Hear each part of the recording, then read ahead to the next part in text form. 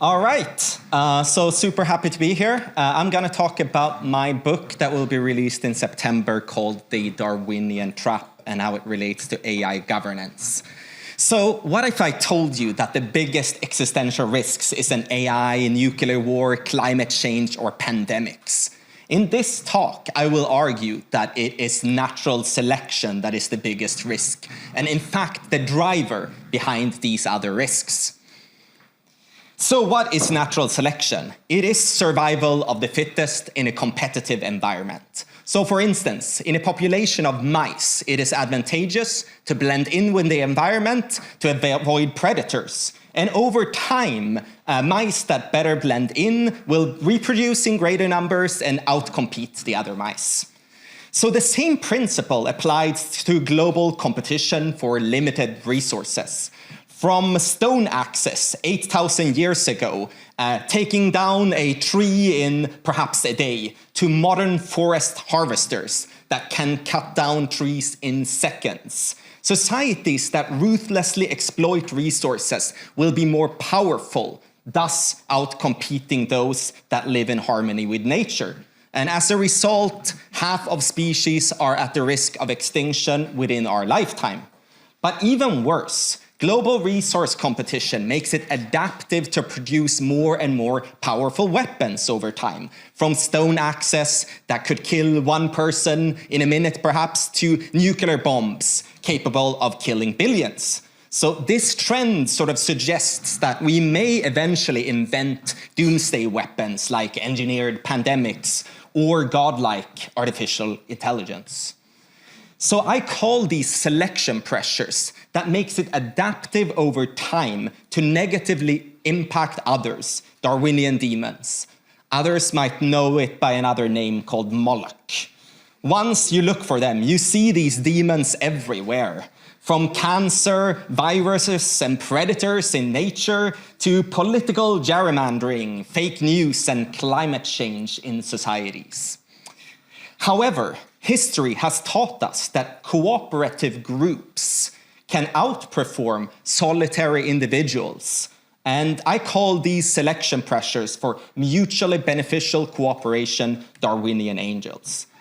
And in fact, every complex marvel of nature that fills our world with wonder stems from this epic struggle between the Darwinian demons and angels. And each time, the angel seems to have appeared victorious, from cooperating molecules forming cells, cooperating cells creating organisms, and cooperating organisms creating societies. So does this trend mean that cooperation always wins? Not necessarily, because Earth is just a single data point. So imagine a fictional universe with 1 billion isolated rooms, each with a closed ecosystem. Each room is completely unaware of the existence of the other rooms. So in every generation, let's say that 1/6 of the population is born with a mutation that is causing aggressive resource consumption. So this trait is beneficial in the short term because you win in a competitive environment, but it leads to resource depletion and eventually extinction in the long term. So if you simulate this environment, after 126 generations, only one room will have survived.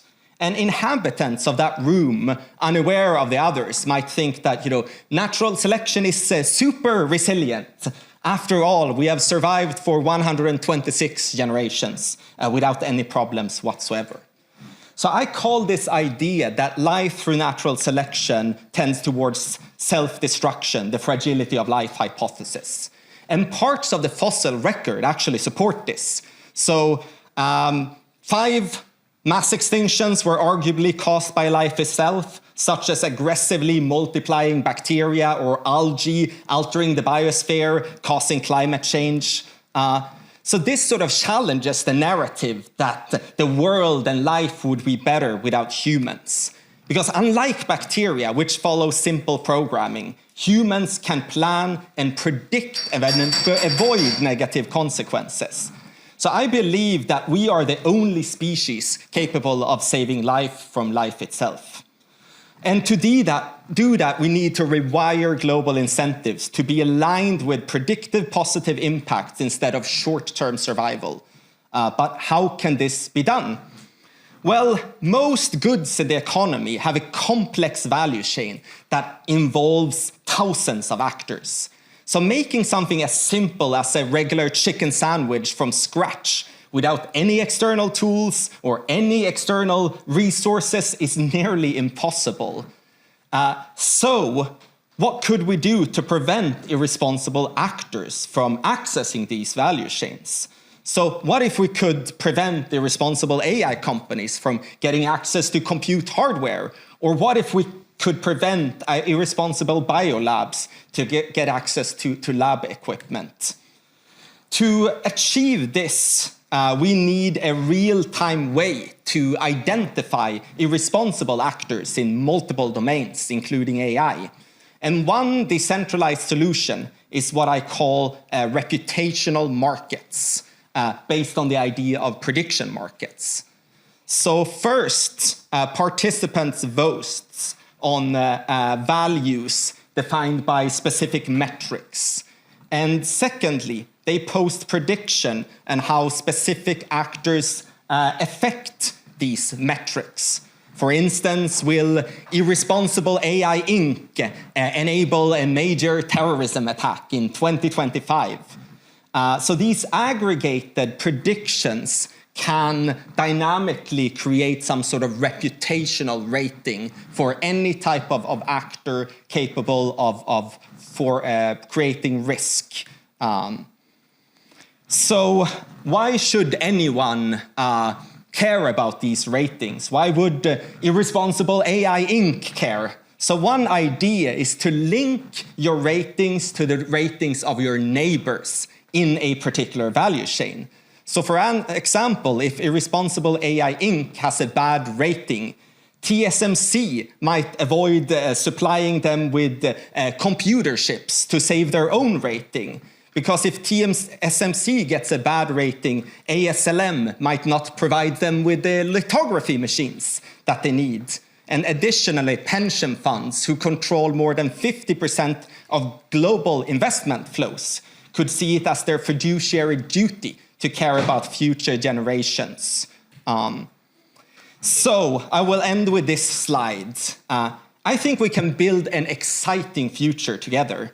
And hopefully, millennia from now, our descendants may look back with amusement at our struggles to forge lasting cooperation, marveling at how we allowed these demons or Molochs to dictate our fates. Yet, they will also gaze upon this era with profound respect and gratitude, recognizing us as the pioneers who unlocked the formula for stable cooperation that initiated our great ascent into the cosmos. So that's the presentation.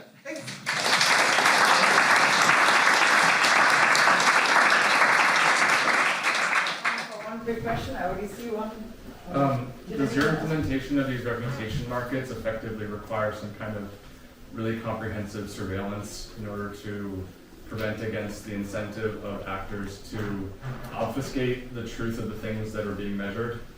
So I haven't fully sort of tried to implement this. I mean, in my own business that I run called Normative, I've sort of done an implementation on this for carbon emissions in particular. But I do think we would need some sort of surveillance, not the high-tech Opticon kind, but actually high-resolution supply chain data. So surveillance of companies and exactly where sort of critical minerals and resources end up with GPSs, maybe, you know, some sort of decentralized ledger to see where things are going so they're not falling into the wrong hands.